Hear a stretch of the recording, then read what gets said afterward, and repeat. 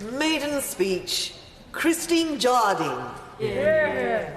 Madam Deputy Speaker, thank you for choosing me to make my maiden speech in this debate, which is of such crucial importance to our nation's future. And it's a pleasure to follow the entertaining maiden speech by the honourable member across the House. It's a particular honour for me to have the privilege of representing Edinburgh West 20 years after the late Donald Gorrie first won the seat for the Liberal Democrats. He was a great servant to the area, first as a councillor, an MP and then an MSP, and was succeeded by John Barrett and Mike Crockart. They were then replaced 2 years ago by my immediate predecessor, Michelle Thompson, whose powerful and moving speech on International Women's Day, in which she revealed her own teenage trauma, was, I'm sure, an inspiration to many.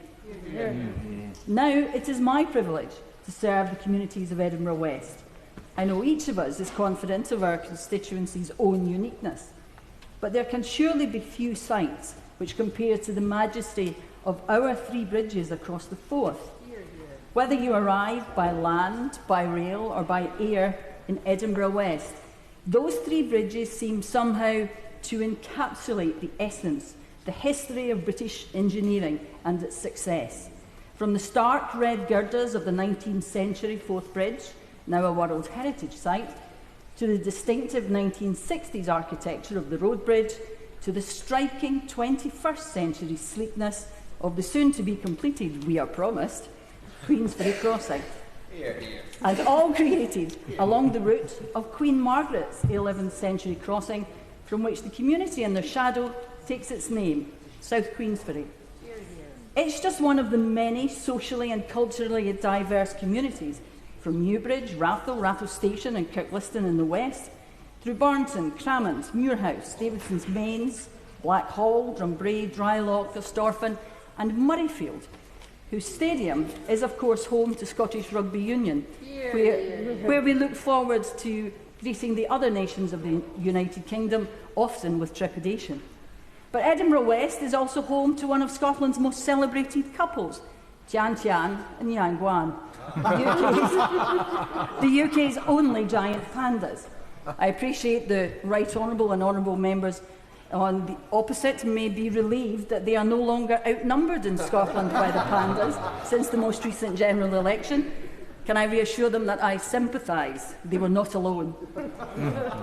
The constituency is also a key driver in the region's economy, an economy dependent on European trade and European citizens who work in its health service and other sectors, and now find they are under threat from Brexit. Edinburgh Airport is a key link between Scotland and the international markets.